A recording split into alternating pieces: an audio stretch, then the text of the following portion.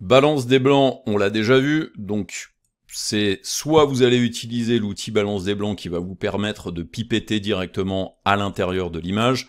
En règle générale, on choisit la surface que vous estimez être la plus blanche à l'intérieur de votre image, et ça permet justement, si les blancs sont un petit peu trop dans les jaunes ou un petit peu trop dans les bleus, il va essayer de rééquilibrer tout ça.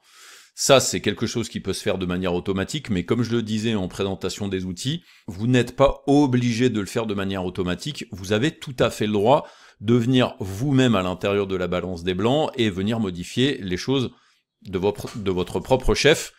même si ça peut être intéressant d'avoir une image neutre pour après aller effectuer différentes modifications et stylisations,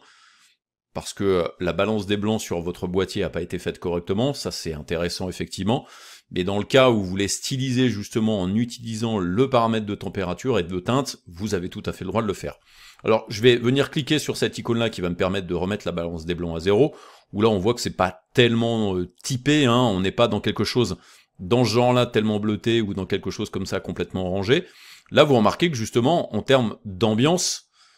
l'exagération de la température sur ma balance des blancs donne ce côté un petit peu cinématique qui peut être intéressant, surtout quand vous voulez renforcer le côté un petit peu chaleur de l'image. Bon, dans le bleuté par contre vous avez pu remarquer que c'est extrêmement exagéré et que du coup ça fonctionnera pas. Donc on peut jouer sur cette température là, en règle générale faites-le plutôt avec parcimonie, donc là je vais un petit peu dans les bleus, ou alors je vais un petit peu dans les jaunes, et là du coup on peut aller quand même relativement loin, vous le voyez.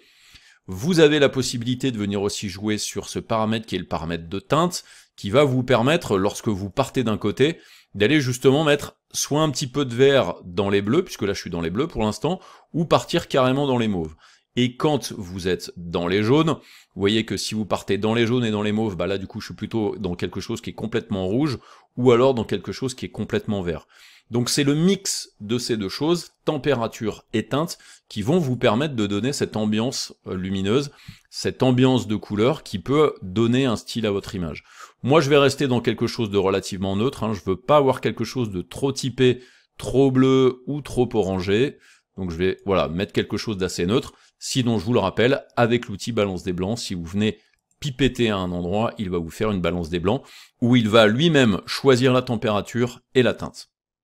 Pas très compliqué à utiliser.